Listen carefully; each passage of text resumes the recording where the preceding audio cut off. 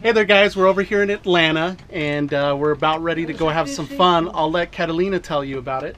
We are gonna do the sightseeing, the tour. What kind of tour? Electric car tour in Atlanta. Check it out. Check it out. For the day I break these chains, I'm bound for the life of the simple things. We are here in Atlanta. The day is so beautiful. There isn't any cloud in the sky.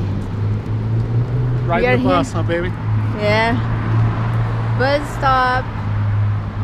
A good temperature. It's a great temperature for taking a walk. Baby, is this bus 12? Yeah.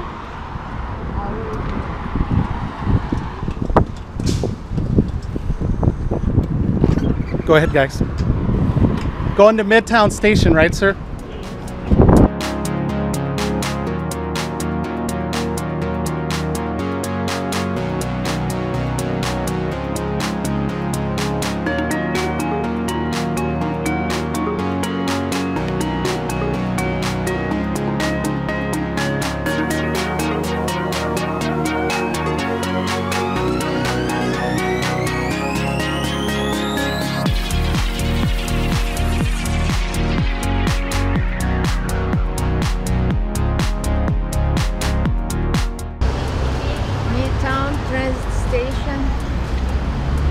We're gonna walk instead of getting the train.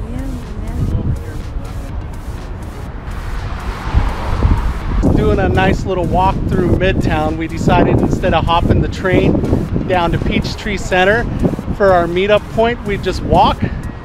Saw this cool little historical house here.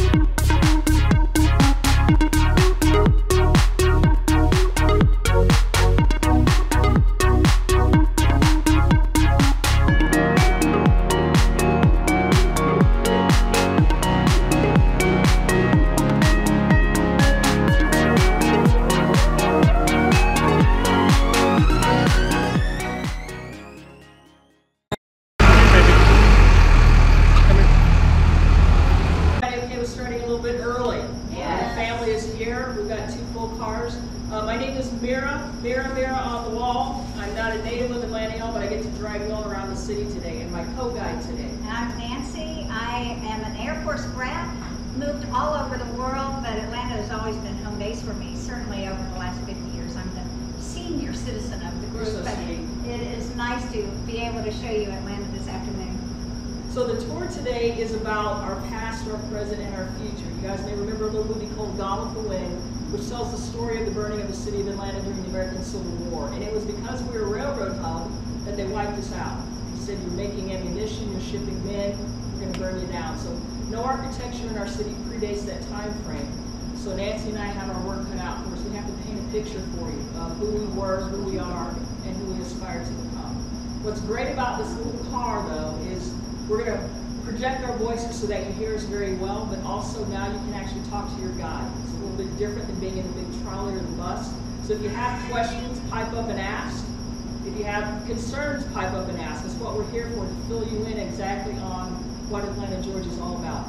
We always say you guys are basically family. We haven't seen you in 30, 35 years, and we've only got an hour and a half together, so we have a lot to share with you. Who's going to ride shotgun with me? All right. I'll go shotgun. About the most fun thing that's happened to Atlanta in the last 20 years, unlike our Boston guys here. 20 years ago, Atlanta hosted the Olympics. Right.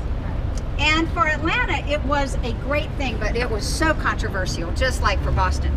But we were not in any way near the established city of Boston. And for us, when we won the bid to host the Olympics, it was the best thing that ever happened to us. It showed to the world that we could actually pull a world-class event like that together. Now, Boston doesn't have that to prove to anybody, but we were kind of that up-and-coming city in the South, and so we did have something to prove. And because it all went well, Atlanta now is such an international city, and our international convention trade is the biggest industry for our city. All of that we think is because the Olympics came to town. It gave us that exposure that we didn't have before that. And this statue right here, Andrew Young, he was responsible for bringing the bid to Atlanta. In 1996, that was the 100-year anniversary for the Olympic Games, and we all thought that the bid would go to Athens, Greece, because they were the sentimental favorite.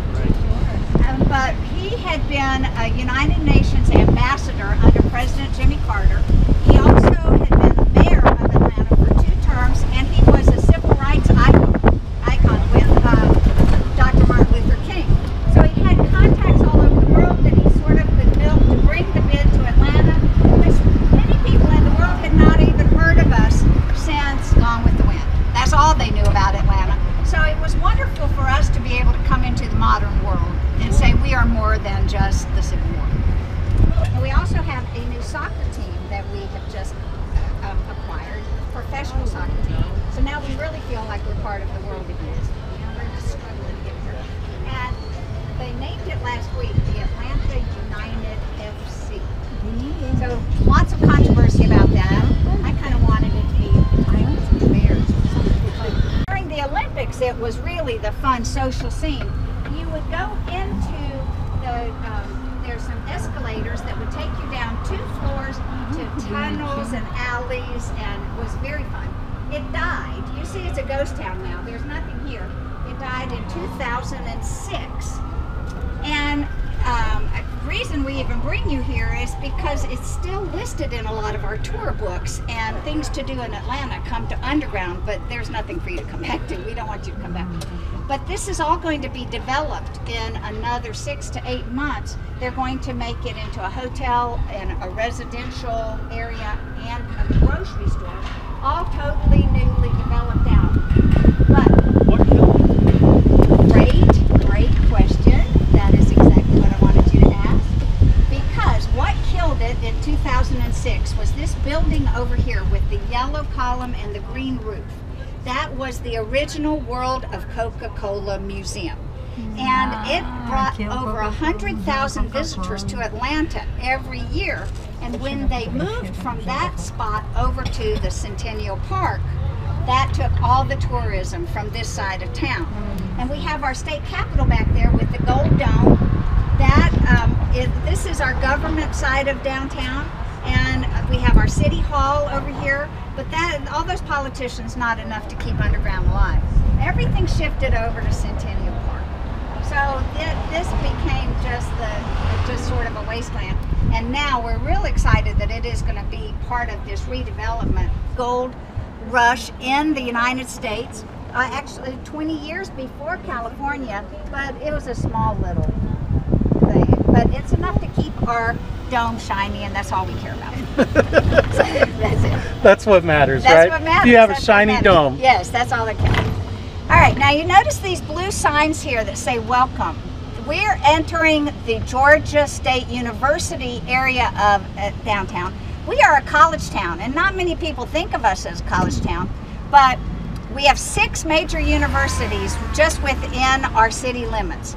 And Georgia State, Georgia Tech, Emory, and then 3 historic black colleges, Morehouse, Spelman, and Clark Atlanta. It brings in almost 100,000 students into our city proper.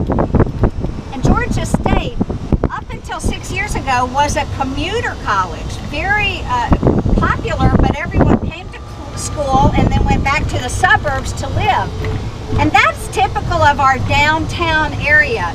as you wander around downtown at night or on weekends, if you get away from the hotels, it's pretty empty here. We are not a residential city, unlike New York, Chicago, Boston, any of those. We are just all about business down here, or school. But all of that is changing, and that's the most exciting thing about Atlanta, this transformation that we're going through, mainly because of all of the college students wanting to live downtown, and the younger generation, those millennials, they want that live, work, play, all in the urban setting. So it is creating such a exciting atmosphere for downtown. All of the construction you're going to see, it's all residential. Where 10 years ago, all of the construction would have been business and office space. But it's all now about housing. Okay, now we have the Georgia State built dormitories. We've got 6,000 students living in dormitories right downtown. That's why we need a grocery store back there to feed all of that. Okay, so this street we just turned onto, this is Auburn Avenue. And this is probably our most historic street. It's leading us up to the Martin Luther King district, the historic district. And during the early days of segregation in the early 1900s up till 1965, this was the African American neighborhood. And we were a segregated city, had the Jim Crow social laws, very strict social laws, and African Americans lived along this street. They had all their businesses, their churches, their residential neighborhoods, and it was a very thriving neighborhood in the early days. And then the success, of course, of the Civil Rights Bill and the Fair Housing Act meant that they were free to move wherever they wanted to move. That was a wonderful success for the African American community, but it was very bad for Auburn Avenue because it meant everyone did move away. And so for the last, 20 to 30 years after 1965, this street just was kind of abandoned and not a very desirable part of downtown.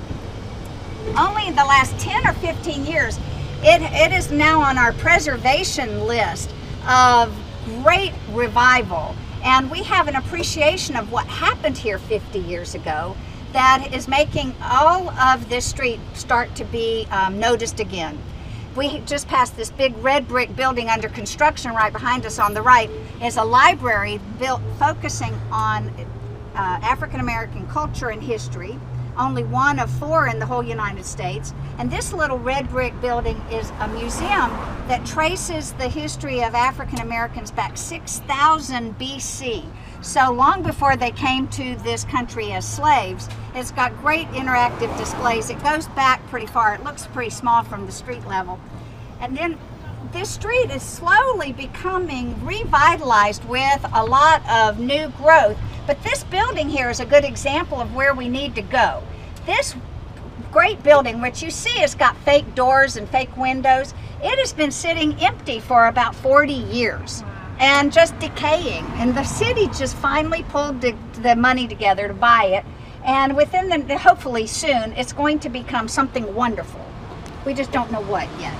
But it was a great office. The Atlanta Life Insurance Company, in 1905 was founded, and the founder of it, his name was Alonzo Herndon. He was Atlanta's first African-American millionaire. So successful, and it's an amazing story because he was born a slave, had no education, and given the restraints and limitations of his life, he at one point was the richest black man in the whole United States.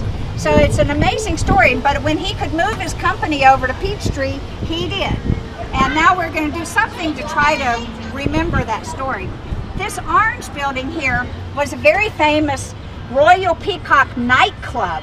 And so back in the day of the 40s and 50s, Ray Charles, Stevie Wonder, Michael Jackson, the Supremes, all the rhythm and blues and jazz performers of color would come to this. And it was like the Cotton Club or the Apollo Theater in New York.